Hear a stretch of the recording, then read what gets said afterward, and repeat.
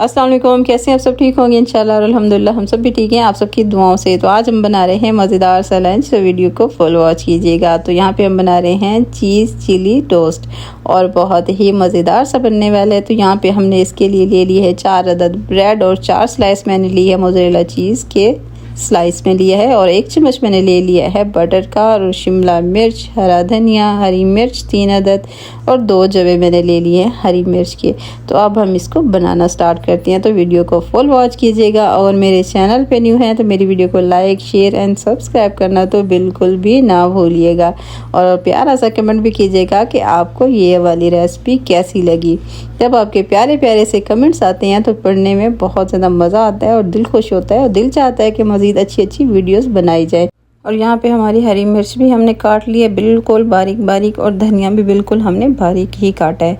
तो आपने ये बस ध्यान रखना है कि कटिंग आपकी बहुत खूबसूरत होनी चाहिए, बिल्कुल बारीक बारीक होनी चाहिए, तो आपका चिली चीज़ टोस्ट बहुत मज़े का बनेगा।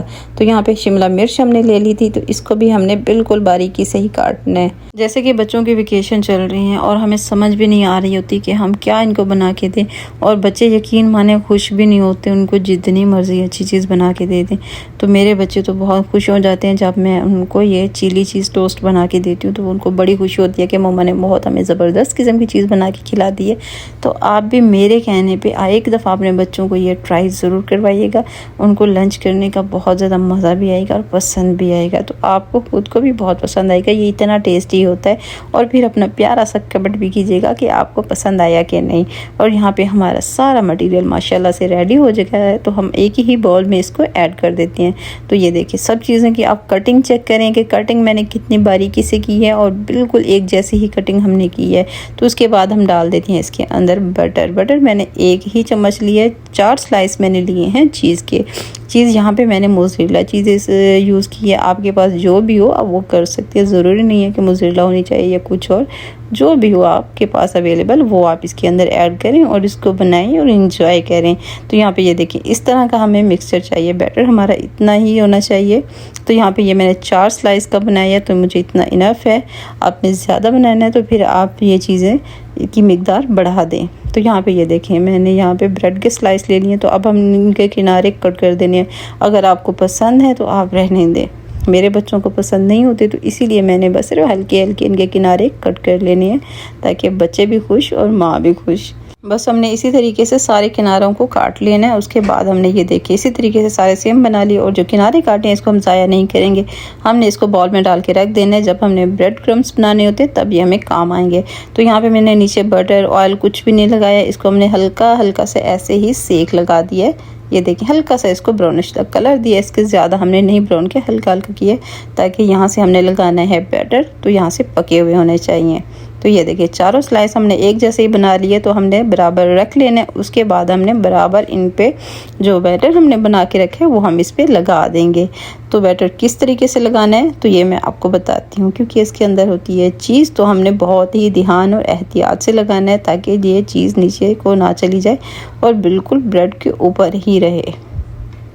ये देखिए 1-1 चम्मच मैं भर के डाल रही हूँ सभी स्लाइस पे।